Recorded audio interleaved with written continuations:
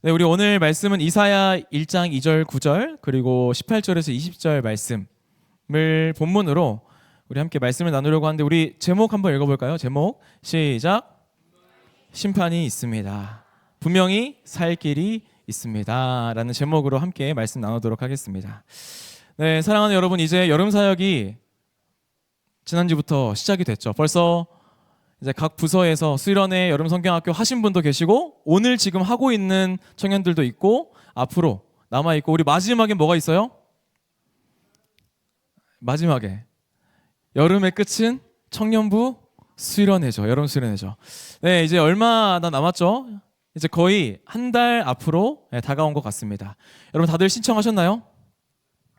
신청하셨나요? 네, 아직 신청 안 하셨다면 빨리 신청해 주시고 우리 벌써부터 우리 임원들, 뭐 각 팀들, 제의원 할 것 없이 여름 수련을 열심히 준비하고 있습니다. 제가 장담하는데 하나님께서 분명히 수련회 가운데에 주시는 은혜가 분명히 있을 거라고 믿습니다. 여러분 그 수련회 자리 가운데 오시기만 하면 하나님께서 은혜를 마음껏 부어 주실 줄 믿습니다. 함께 하실 거죠? 함께 하실 거죠? 네, 좋습니다. 저도 여름 수련회를 열심히 준비하고 있는데요. 당연히 이제 수련회 때 전할 말씀 그리고 뭐 기도회 이런 것들 너무나 열심히 준비하고 있지만 그때 옷을 조금 보고 있어요.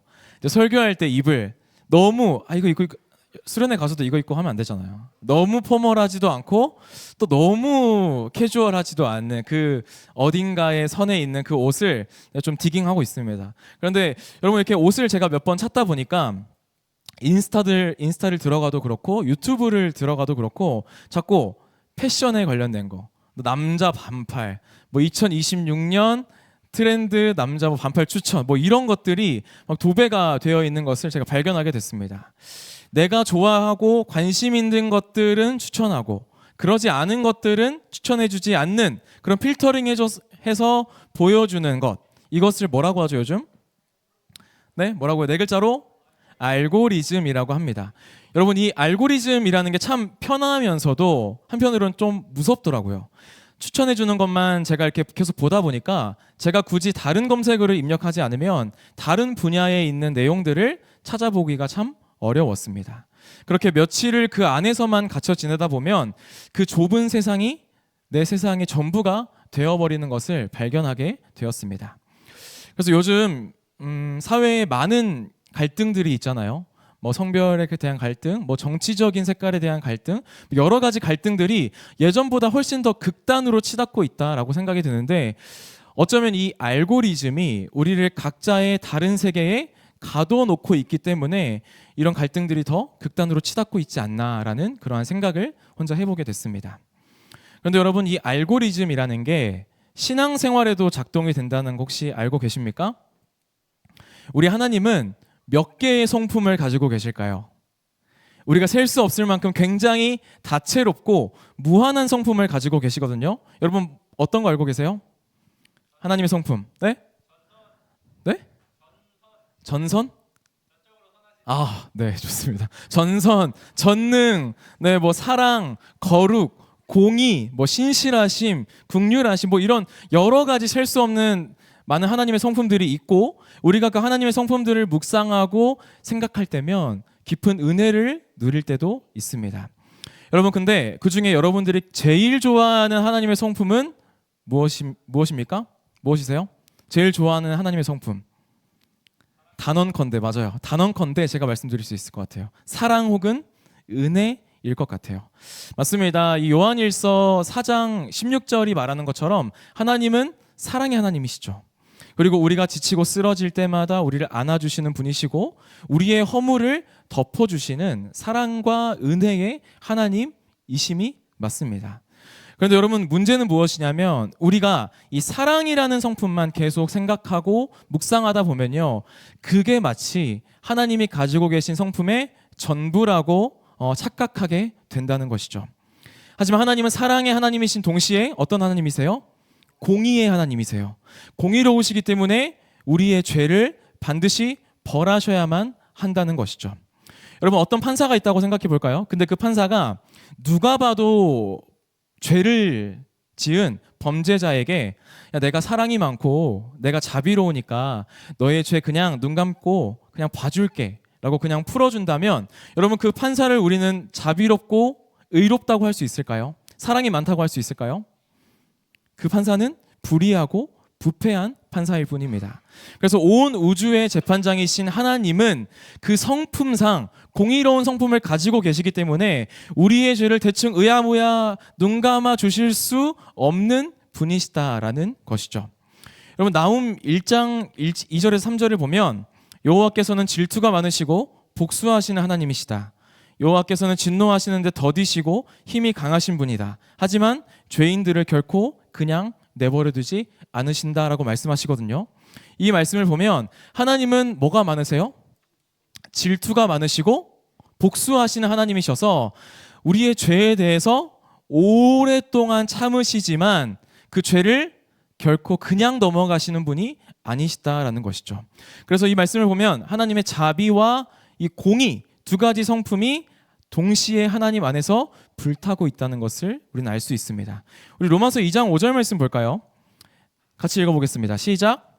다만 내 고집과 회개하지 아니한 마음을 따라 진노의 날 곧 하나님의 의로우신 심판이 나타나는 그날에 이 말 진노를 내게 쌓는도다. 이 말씀을 보니까 지금 이 순간에도 우리가 하나님 앞에서 얼마나 많은 죄를 짓고 있어요. 우리가 하나님 앞에서 짓고 있는 그 죄가 하나님의 진노를 불러일으켜서 그 심판이 마일리지가 차곡차곡 정립되듯이 하나님 앞에서 그 심판이 차곡차곡 정립되고 쌓아지고 있다는 것이죠. 여러분 근데 이 문제는 이 말이 와닿아요, 와닿지 않아요? 사실 저도 잘 와닿지 않아요. 너무나 나와 동떨어진 얘기 같고 너무나 저와는 멀리 떨어진 얘기 같습니다. 왜 그럴까요? 우리가 주변을 봐도 대놓고 악하게 사는 사람들이 있어요, 없어요? 물론 나도 악하지만 대놓고 악하게 사는 사람들 있잖아요. 근데 그 사람들 못 살아요, 잘 살아요? 대체로 편법 쓰고 하는 사람들 잘 살아요. 좋은 차 타고 좋은 집에서 살고 있거든요. 뭐 사실 다른 사람 볼 것도 아니고 우리 자신을 봐도 그렇죠. 우리는 매일 뭘 지어요? 죄를 짓죠. 생각으로도 짓고 마음으로도 짓고 눈으로도 짓고 손과 발로도 짓고 너무나 많은 죄를 짓지만 그게 뭐예요? 저 잘 살아있지 않습니까? 저 죄 많이 짓거든요. 근데 저 잘 살아있지 않습니까? 그러다 보니까 우리가 어떤 생각을 하게 되냐면 하나님 이 정도의 죄는 막 우리가 뭐 사람 죽이고 사기치고 이런 거 아니니까 이 정도의 죄는 그냥 넘어가 주시나 보다 뭐 이런 착각을 하게 된다는 것입니다. 여러분 근데 댐 혹시 보신 적 있어요? 여러분 댐? 뭐 직접 보시진 않아도 교과서 이런 데 보셨죠? 다큐멘터리나 이런 데서 네. 댐을 보면 어때 보여요? 되게 잔잔하고 평화로워 보이죠. 여러분 근데 그 댐에 있는 물 안에는 엄청난 수압이 있대요. 우리나라에 있는 소양강 댐은 123m라고 합니다. 근데 이 100m 높이의 댐 바닥이 받는 수압은 어느 정도 될까요? 여러분 한번 손바닥 펴보세요. 손바닥 이렇게.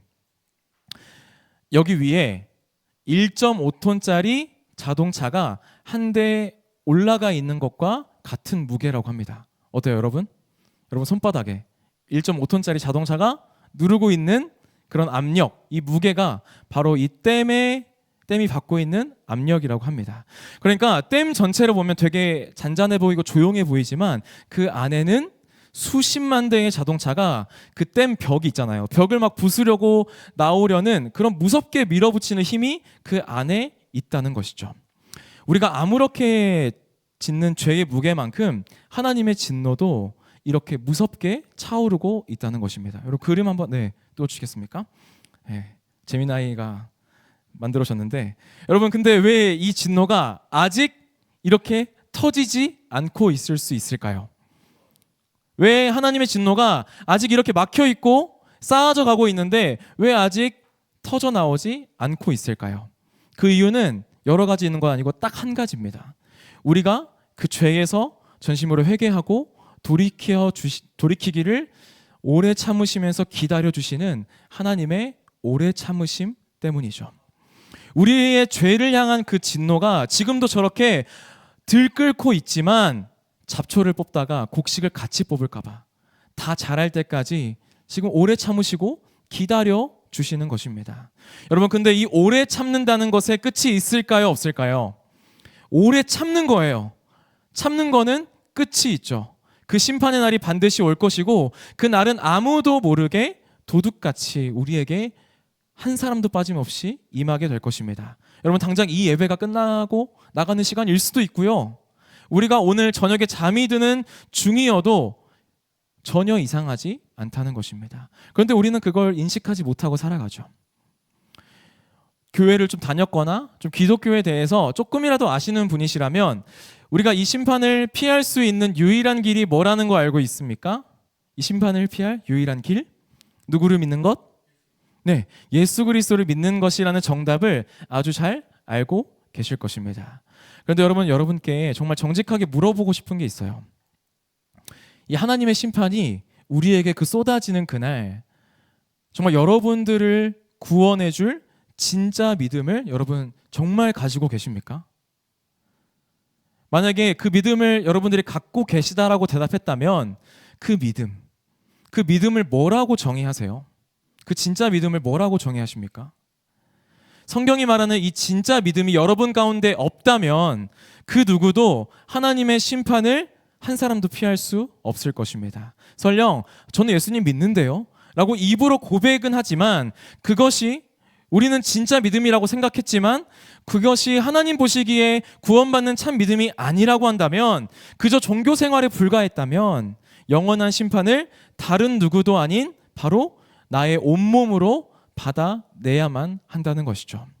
그래서 오늘 본문으로 들어가기 전에 여러분들에게 미리 좀 말씀드리고 싶은 건 오늘 말씀이 좀 매워요. 마라 맛입니다. 그래서 근데 이건 제가 여러분들을 아프게 하려고 지어낸 말이 아니라 그 수천 년 전에 이사야 선지자가 남유다 백성들을 향해서 정말 눈물로 쏟아냈던 하나님의 마음이 담긴 하나님의 말씀 그대로인 것이죠. 우리 물놀이 하기 전에 뭐예요? 네, 준비 운동도 하고 물을 여기 심장 쪽에 묻히잖아요. 그러니까 오늘 말씀도 듣기 전에 우리 마음에 좀 물을 적셨으면 좋겠어요. 뭐 마음에 우리가 물을 적실 수 없겠지만 좀 그런 의미로 좀 물을 좀 적십시다. 마음에 좀 물을 적셔주세요, 여러분. 네, 저만 하는 것 같은데. 네, 좋습니다. 준비되셨나요? 네, 함께 우리 살펴보도록 하겠습니다. 방금 말씀드렸다시피 오늘 본문은 이 남유다 백성들을 재판장이신 하나님께서 고발하시는 장면인데요. 그 고발은 이 믿음에 대한 오해, 내가 하나님을 알고 있다는 것에 대한 오해에서 시작이 됩니다. 우리 오늘 말씀 2절과 3절 말씀 같이 읽어보겠습니다. 2절 3절 시작. 여호와께서 말씀하시기를 내가 자식을 양육하였거늘 그들이 나를 거역하였도다. 소는 그 임자를 알고 나귀는 그 주인의 구유를 알건만은 알지 못하고 나의 백성은 깨닫지 못하는도다 하셨도다. 아멘. 하나님은 지금 유다 백성들을 향해서 야, 내가 너희를 어떻게 키웠는데, 내가 너희를 어떻게 길렀는데 나를 이렇게까지 거역하니. 야, 짐승들 봐봐. 소나 나귀도 자기 주인을 아는데 야, 너희는 내가 자식처럼 키웠는데 너희는 날 모르는구나 라고 말씀하시는 거죠. 여러분, 그 당시에 짐승 중에서도 가장 미련하다고 여겼던 짐승이 바로 소와 나귀였어요. 이런 짐승조차도 주인을 알아보고 주인에게 고개를 숙이는데 지금까지 하나님의 은혜가 아니었다면 단 하루도 설명할 수 없는 그 이스라엘 백성들이 정작 그분이 나의 주인이라는 것, 하나님이 나의 주인이시라는 것, 그분이 나를 다스리는 것을 거부하고 있는 것입니다. 그런데 여러분, 정말 유다 백성들이 하나님을 몰랐을까요? 하나님을 몰랐을까요? 이스라엘 백성들이? 네, 그럴 리가 없어요. 그들은 하나님의 율법을 누구보다 줄줄 외우고 있었고요. 하나님께서 명령하신 제사들을 한치의 양보 없이 그대로 하나님 앞에 드렸어요. 그런데 하나님은 그들을 향해서 뭐라고 하고 계신 거예요? 야, 너희들 나 몰라. 너희들 나 도무지 모르는구나 라고 고발하고 계시는 거죠. 도대체 왜 그러셨을까요, 하나님이? 여러분들이 좋아하는 아이돌이나 유튜버 한 분쯤은 있으시죠? 다 있죠? 근데 요즘은 마음만 먹으면 뭘 통해서 알 수 있어요, 정보들을? 네, 나무 위키나 이제 그 사람 SNS를 들어가 보면 그 사람의 프로필, 뭐 그 사람 몇 살인지, 뭐 요즘 뭐 별거 다 나오더라고요. 나무위키 보면 그 사람 뭘 좋아하는지, 뭐 MBTI가 뭐인지 아주 빠삭하게 알아낼 수가 있습니다. 그 사람에 대한 정보라면 모르는 게 없을 정도죠. 그런데 여러분, 그 사람에 대해서 제가 많이 안다고 해서 그 사람과 제가 개인적으로 아는 사이일까요? 아니죠. 정말 운이 좋게 그 사람을 길에서 마주쳤어요. 난 너무 반갑죠. 근데 아는 척을 막 했어요. 근데 그 사람은 어떻게 할까요? 똑같이 반갑게 인사할까요? 왜 이럴까 하는 당황스러움을 내비칠 것입니다. 우리가 그 사람에 대해서 정보를 아무리 많이 알아도 뭐가 없는 거예요? 그 사람과의 관계가 없는 것이죠. 바로 이것이 이스라엘의 상태였다는 거예요. 성경에서 누군가를 안다라고 할 때 그 어떤 존재에 대해서, 존재에 대해서 많이 알아가 아니라 존재와 존재가 연결되는 관계를 뜻합니다. 그러니까 이스라엘은 하나님에 대해서는 많이 알고 있었을 수도 있겠지만 정작 하나님과의 뭐는 없었던 거예요? 하나님과의 관계는 없는 그런 상태였다라는 것이죠. 여러분, 관계가 끊어져 있으니까 하나님의 진노가 저렇게 막 턱 밑까지 차올라서 야, 너희 돌아와야 돼. 곧 심판이 임할 거야. 너희 이방 나라들에게 망할 거야. 라고 계속 경고를 하시는데도 전혀 알아듣지 못하는 거예요. 관계가 없으니까. 사랑하는 여러분, 어쩌면 우리도 이스라엘 백성들과 크게 다르지 않을까라는 생각이 들었어요. 나름 우리 신앙생활 오래 했죠. 여러분, 여기 자리에 앉아 계신 분들 가운데 모태신앙도 있을 거고, 저도 모태신앙이거든요. 아니면 5년, 10년 넘게 신앙생활을 하신 분도 계실 것입니다. 찬양할 땐 어떻게? 찬양할 때 뜨겁게 맞아요. 찬양할 때 좌우로, 기도할 땐 이거 저만 하는 거예요? 교회 문화, 찬양할 때는 좌우로, 기도할 때는 앞뒤로. 네. 교회 문화가 너무나 익숙하고 이렇게 예배의 자리에 앉아 있어도 생소하지 않고 너무나 어색함이 없는 게 우리의 모습이죠. 그래서 우리는 이 종교적인 익숙함과 이 편안함을 내 신앙이 건강하다는 증거로 착각하고 있다는 것입니다. 하나님과 단 한 번도 인격적으로 눈을 맞춰본 적도 없이, 그분의 말씀 앞에서 내가 한 번도 깨어져 본 적이 없이 그저 종교적인 익숙함 뒤에 숨어서 그냥 나 평안하구나, 나 잘 믿고 있구나, 이렇게 안주하고 있는 나의 모습, 그게 바로 하나님이 오늘 고발하시는 소와 나귀보다 못한 그 영적인 무지라는 것이죠. 그리고 이런 관계없는 지식은요, 반드시 무엇을 만들어내냐면 가짜 안정장치들을 만들어냅니다. 여러분, 지금 이사야 선지자가 이 무서운 심판의 말씀을 남유다 백성들에게 쏟아내고 있는 그 시기가 언제일까요? 언제냐면 하나님께서 지금 그 아수르라고 하는 나라를 사용하셔서 이 남유다를 계속 괴롭히세요. 돌아오라고 막 유다를 치셔가지고 지금 거의 넉마예요, 넉마. 나라가 넉마예요. 만신창이가 되어 있습니다. 어느 정도였냐면 이 유다의 거의 모든 성읍이 다 함락되어 있었고요. 딱 예루살렘 하나만 덩그러니 남아서 포위되어 있는 그러한 상태였다는 거예요. 당장 이 나라가 내일 망해도 이상하지 않을 그런 상태였습니다. 심지어 형제 나라인 어디? 북이스라엘도 이미 아수르에게 망해 있는 상태였어요. 형제 나라가 이렇게 처참하게 망해가는 걸 봤고 자신들도 지금 쥐어 터지고 있는데 이상하게 지금 그 마음에 뭐가 없어요? 위기의식이 하나도 없어요. 눈앞에 적군이 있어도 정말 소름이 돋을 정도로 태어났던 것이죠. 도대체 남유다 백성들은 왜 그런 모습을 할 수 있었을까요? 그들이 멘탈이 강해서? 그들에게는 뭐가 있었냐면 절대 우리나라가 무너지지 않는다고 굳게 믿었던 가짜 안전장치들이 있었기 때문입니다. 그게 무엇이냐면 성전과 다윗 언약이었어요. 여러분, 성전이 뭐예요? 그들에게 예루살렘 성전은 하나님이 우리와 함께 하신다는 눈에 보이는 증거였어요. 온 우주의 왕이신 하나님께서 우리와 지금 예루살렘 성전에 함께 계시는데 감히 누가 여길 뚫겠어? 라고 하는 그런 생각을 가지고 맹신하고 있었던 것이죠. 그리고 여기 하나 더 뭐예요? 다윗에게 약속하신 것이죠. 내가 너의 가문과 나라를 영원히 지켜주겠다라고 하셨던 그 다윗 언약까지 그들이 갖고 있으니까 태어난 거예요. 소름 돋을 정도로. 물론 성전이 하나님의 임재의 증거인 것도 맞고요. 다윗 언약이 신실한 하나님의 약속인 것도 맞습니다. 하지만 그것은 너희가 개차반으로 살아도 내가 무조건 너희 편을 들어줄게 라고 하는 것이 아니라 내가 너희와 함께 할 테니 너희도 나의 백성답게 거룩하게 살고 나의 백성답게 살아가야 돼 라고 하는 책임이 따르는 언약이었다라는 것이죠. 여러분, 그런데 유다 백성들은 그 축복만 쏙 빼먹고요. 뭐는 생각하지 않았어요? 그 책임은 전혀 생각하지 않았다는 것입니다. 내가 마음대로 살아도, 내가 마음대로 죄짓고 살아도 자동으로 보호받는 그 부적처럼, 그냥 부적 하나 딱 우리가 갖고 다니는 것처럼 하나님의 약속을 오용한 것입니다. 사랑하는 여러분, 이 가짜 안전장치, 남유다 백성들이 갖고 있던 이 가짜 안전장치가 오늘 우리 가운데에도 그대로 있는 것 같아요. 인천 제2교회, 가온누리 청년부, 여기에 등록되어서 매주 내가 빠지지 않고 출석하고 있다는 그 안도감. 여러분, 요즘 단톡방에 매일 인증하는 그 성경 완독, 그리고 주일 예배 빠지지 않고 내가 헌금 냈으니까 내가 하나님 앞에서 할 일을 다 했다는 그런 안일함, 이것이 지금의 우리의 성전이 될 수도 있고 지금 우리의 다윗 언약이 될 수도 있다는 것입니다. 여러분, 이렇게 종교적인 부정만 이 남유다 백성들이 붙이고 살아가다 보니까, 믿고 살아가다 보니까 그들의 삶은 어땠을까요? 그들의 삶도 누구와 전혀 상관없는 삶을 살았을까요? 하나님과 전혀 상관없는 삶을 살아갔습니다. 예배를 드리긴 해요.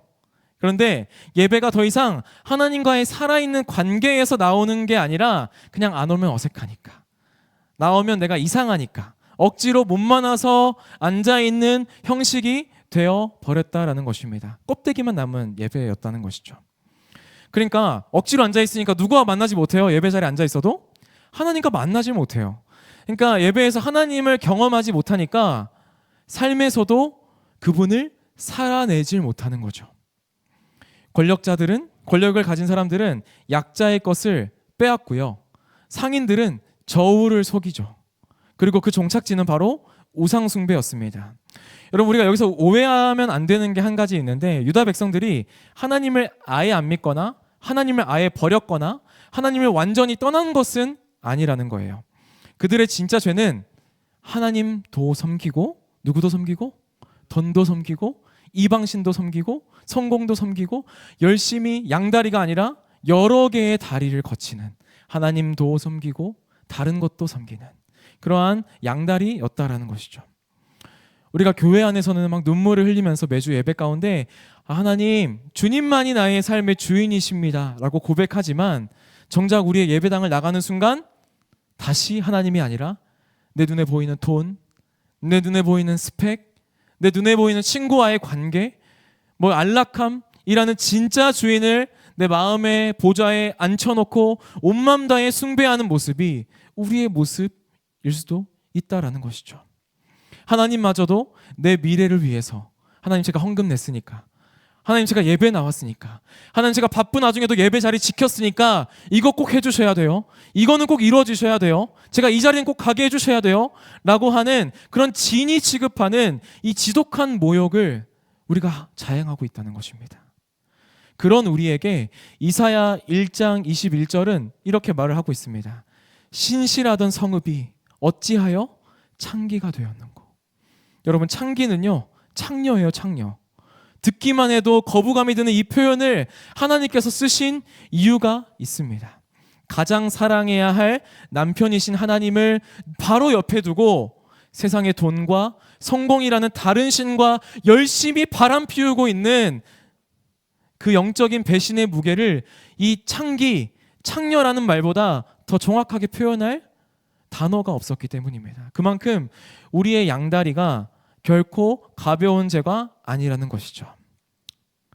여러분, 우리는 지금 완전히 막다른 골목에 막혀 있어요.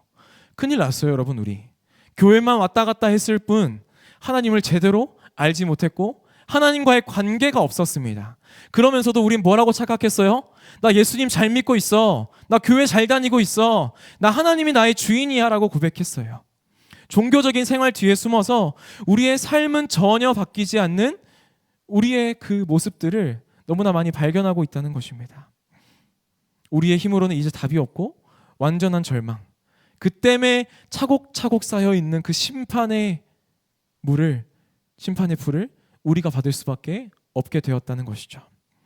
그런데 여러분, 바로 그 사형 선고가 내려지기 직전에요, 말도 안 되는 일이 일어나기 시작해요. 판사이신 하나님께서 갑자기 재판장의 자리에서 걸어 내려오시기 시작합니다. 그리고 피고석에 앉아있는 우리 옆에 서셔서 이렇게 말씀하시는데, 우리 1장 18절 말씀 같이 한번 읽겠습니다. 시작. 여호와께서 말씀하시되 오라, 우리가 서로 변론하자. 너희의 죄가 주홍 같을지라도 눈과 같이 희어질 것이요, 진홍같이 붉을지라도 양털같이 희게 하리라. 아멘. 여러분 생각해 보시면 보통 판사나 검사가 죄인에게 내려와서 야, 어디 한번 너랑 나랑 따져보자 했을 때 그건 어떤 의미예요? 내가 너에게 자비를 베풀겠다는 의미인가요? 아니죠. 내가 너의 죄를 하나하나 낱낱이 파헤쳐서 너를 감옥에 쳐넣을 거야 라고 하는 게 변론하자, 우리 한번 따져보자 라고 하는 말이겠죠. 그런데 하나님의 변론은 정반대예요.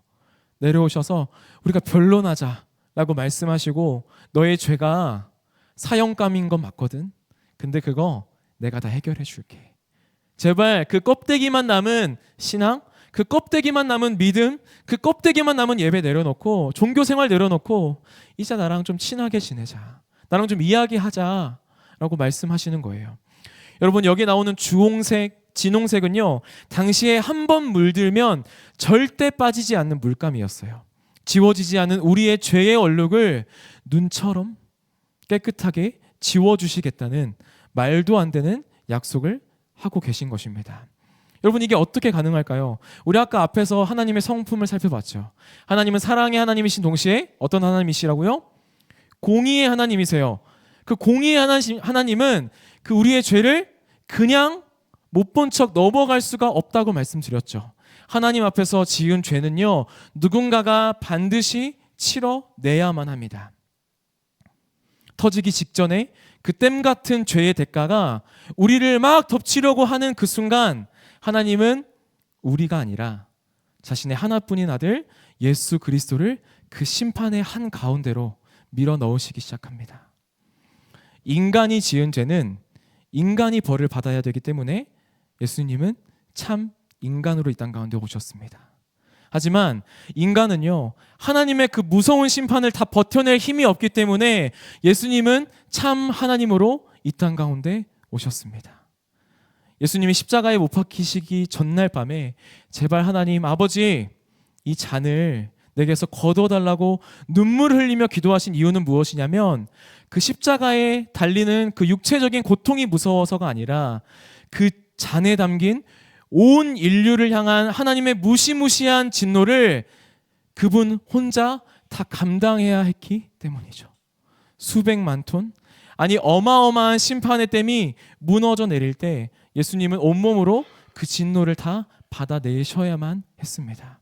그렇게 예수님은 우리의 죄를 대신해서 모든 심판의 잔을 다 받으시고 다시 살아나셨습니다. 사랑하는 여러분, 이것을 믿는 것이 예수를 믿는 것입니다. 예수 그리스도께서 내가 마땅히 받아야 할 죄의 형벌을 대신 다 받으시고 부활하셨다는 것을 진짜로 믿는 사람이 그리스도인이라고요. 이 믿음이 있는 사람만이 심판을 받지 않고 하나님의 나라에 들어갈 수가 있습니다. 하지만 끝까지 이 믿음을 거부한 사람은요, 예수님이 다시 오시는 날 그 무서운 형벌을 자기 온몸으로 직접 받아낼 수밖에 없어요. 예수를 안 믿어서가 아니라 자기가 지었던 모든 죄에 대한 심판을 그냥 자기가 받는 것뿐입니다. 사랑하는 여러분, 불이 났을 때 구조대원이 여러분 지금 나가셔야 됩니다, 지금 당장 나가셔야 됩니다 라고 소리치는 건 여러분들을 무섭게 하려는 게 아니라 뭐 하려고 하는 거예요? 살리려고 하는 거잖아요. 오늘 말씀도 마찬가지입니다. 내가 살릴 길을 다 만들어 놨으니까 제발 늦지 말고 이 안으로 들어오라는 하나님 아버지의 간절한 부르심으로 듣게 되는 은혜가 있기를 소망합니다. 혹시 오늘 말씀을 들으면서 내가 지금까지 가짜 믿음으로 살아온 건 아닐까? 라는 그런 생각이 드셨다면 여러분들은 이미 제대로 된 첫걸음을 떼신 거예요. 왜냐하면요. 진짜 믿음은 내 믿음은 완벽해. 나는 믿음이 완벽합니다가 아니라 하나님, 저는 믿음이 없습니다. 저의 믿음 없음을 도와주시옵소서 라고 하는 항복에서 시작이 되기 때문입니다. 여러분, 마가복음에는요, 눈도 안 보이고 거지인 이 바디메오라는 사람이 나오거든요. 여러분, 이런 사람에게 무슨 하나님에 대한 대단한 지식이 있었겠어요? 아무것도 없고 딱 하나 있었어요. 예수님을 향한 절박함이 있었어요. 예수님이 지나가신다는 그 소리가 들리니까 막 소리를 지르는 거예요. 다윗의 자손 예수여, 나를 좀 불쌍히 여겨 주시옵소서. 막 시끄럽다고 눈치를 막 줘요. 시끄러니까 조용히 좀 해. 바디메오에게 하는데 아랑곳하지 않고 더 크게 소리를 지릅니다. 다윗의 자손 예수여, 제발 나를 불쌍히 여겨 주시옵소서. 그때 예수님 뭐라고 하셔요? 바디메오에게 너의 믿음이 너를 구원하였다 라고 말씀하십니다. 이 사람의 믿음 대단한 거 없어요. 그저 주님, 저 주님 아니면 안 돼요. 저 주님 아니면 저 죽습니다 라고 이 애달프게 매달리는 처절한 부르짖음이 진짜 믿음으로 보셨다라는 것이죠. 저도 이렇게 사역을 하고 여러분 앞에서 이렇게 말씀을 전하지만 저에게도 문득 이제 하나님과의 관계가 막 멀어질 것 같은 순간들이 꽤 많거든요. 너무나 많습니다. 껍데기만 남아서 그냥 억지로 말씀 준비하고 막 찬양인도 하고 그러고 있을 때가 참 많이 있어요. 여러분, 그럴 때 제가 다 필요 없고 하나님께 뭐라고 기도하는지 아세요? 오늘 이 바디메오의 고백처럼 다윗의 자손 예수여, 나를 불쌍히 여겨주시옵소서. 저는 이렇게 기도합니다. 나의 안에 이 가짜 안전장치가 다 무너졌을 때 터져나오는 그 진짜 믿음은 이 절박한 부르짖음인 줄 믿습니다. 그리고 오늘 종교적인 익숙함 뒤에 숨어있는 우리에게 진짜 필요한 것은 이 다 필요 없고 하나님, 저의 믿음 없음을 도와주시옵소서. 하나님, 저를 긍휼히 여겨주시옵소서. 하나님, 저를 불쌍하게 여겨주시옵소서 라고 하는 이 부르짖음이 진짜 믿음의 시작인 줄 믿습니다. 사랑하는 여러분, 여전히 관계없이 주일마다 일요일마다 교회만 왔다 갔다 하는 종교 생활을 반복하시겠습니까? 아니면 나를 살리려고 그 무시무시한 진노의 댐을 온몸으로 다 막아내신 그 십자가의 사랑 앞에 오늘 다시 한번 나아가시겠습니까? 주님, 저 믿음이 너무 부족합니다. 그래서 저 오늘 주님만 붙들겠습니다 라고 고백하며 오늘 이 시간 가짜 믿음을 깨고 하나님이 주시는 진짜 평안을, 진짜 믿음을 누리는 저와 여러분들이 다 되시기를 주님의 이름으로 소망합니다. 우리 함께 결단의 찬양 함께 고백할 텐데, 이 찬양이 이 바디메오의 고백을 토대로 쓰여진 찬양이에요. 그래서 우리가 이 찬양 고백할 때 여러분, 우리가 거창한 믿음, 저 거창한 고백 아니라 하나님 앞에 이렇게 고백했으면 좋겠어요. 하나님, 저 믿음 없는 거 아시죠? 저 믿음 연약한 거 아시죠? 하나님, 저를 불쌍히 여겨 주시옵소서. 다윗의 자손 예수여, 나를 불쌍히 여겨 주시옵소서.